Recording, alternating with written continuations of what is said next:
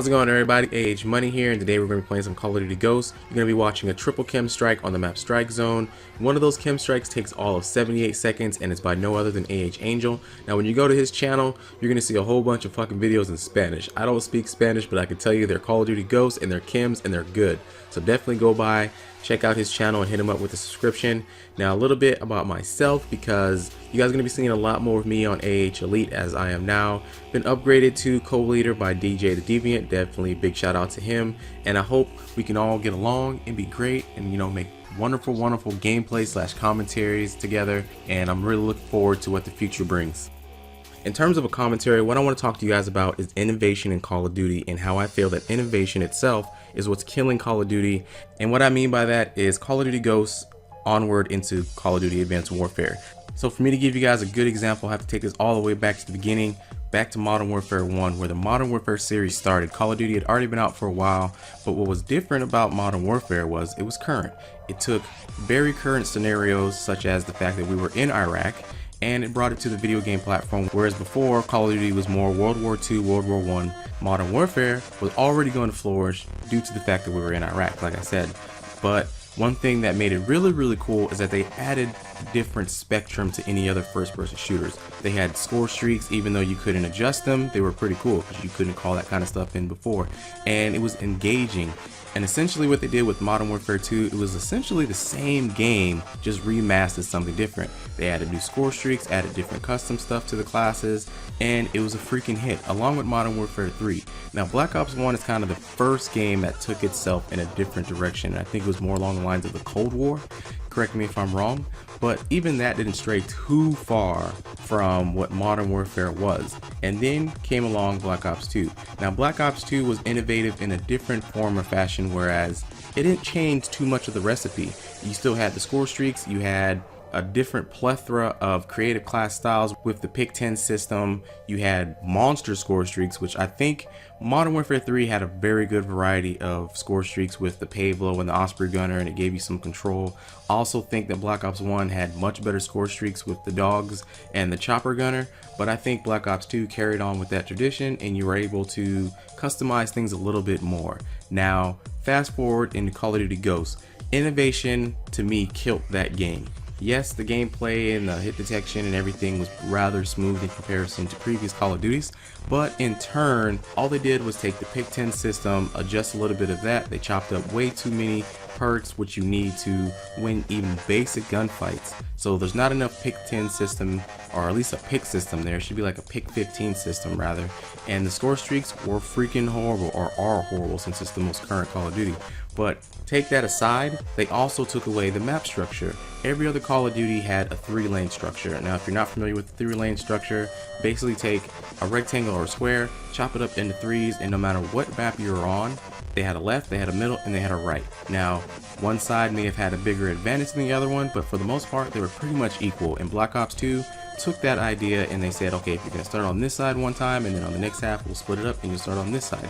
This way each person has an equal amount in terms of the map structure. Now, Call of Duty Ghosts took away all of the lane structuring, which one, in my opinion, kind of killed competitive, because I don't really watch it anymore because it's too random. Whereas before you would have firefights and you knew where everyone was gonna meet.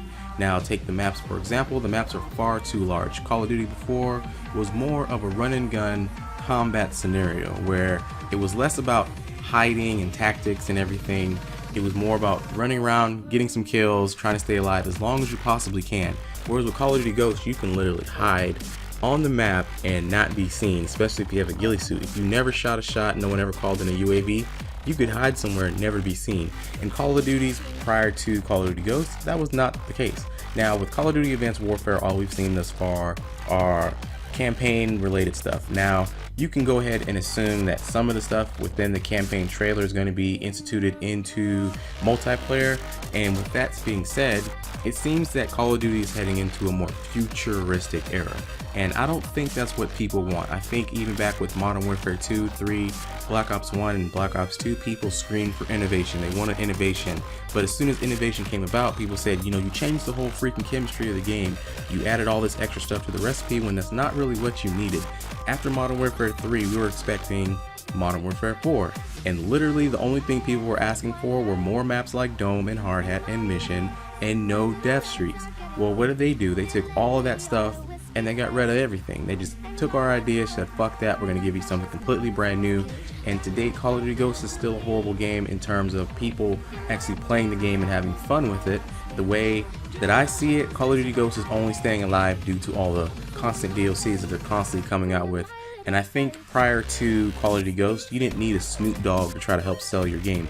People were going to buy Call of Duty regardless, whereas with Advanced Warfare, people might not buy it because of the bad taste they left in their mouth with Black Ops 2. Some people didn't like the game. Some people, it was too laggy. Me, for example, it was far too laggy for me to really even play the game. And then with Call of Duty Ghosts, some people just said, you know what, fuck it, I'm not even going back to the old CODs.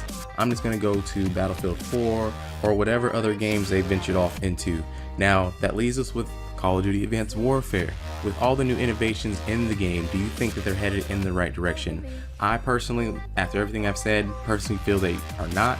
I think that if they were to take Modern Warfare 3 and Black Ops 2, take the best from both worlds, chop it up, put it in a bowl, come up with the game, I think everyone would be pretty happy with that. I'm even at the stance to where if they were to go back to Modern Warfare 3 and Black Ops 2 as separate games, remaster those games with brand new maps that were similar to those era, they would sell even more Call of Duty copies just doing that.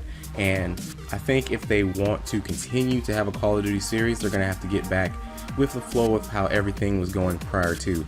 Now, at Modern Warfare 3, the company kind of had a different direction in terms of leadership, whereas the original people in Infinity Ward, they had a budding with Activision and they kind of left and did their own thing. And then here we have Titanfall. Now, Titanfall, if you've never played it, is a pretty decent game in itself. They kind of took the greatness from Modern Warfare 1, 2, and 3 in terms of the run and gun and the constant action and put it into a futuristic game.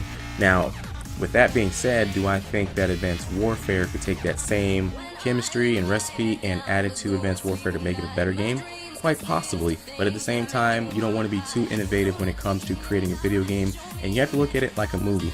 When you have a movie that's based off a book or a cartoon series, people want what was in the original book and in the cartoon series. So when you kind of stray away from what people are used to, people will applaud you along the way and say, yes, we're getting something brand new, we're getting something different, it's going to be his own vision. But once that vision arises, people are always going to go back and say, you know what, you fucked this up, you shouldn't have done all that, you should have just kept it how it was and maintained the basics. And if you guys have stayed put this far, definitely don't forget to go check out AAH Angel, as he's got other beast-ass gameplays on his channel. That's going to be all for me. I'll catch you guys next time. AAH Money out.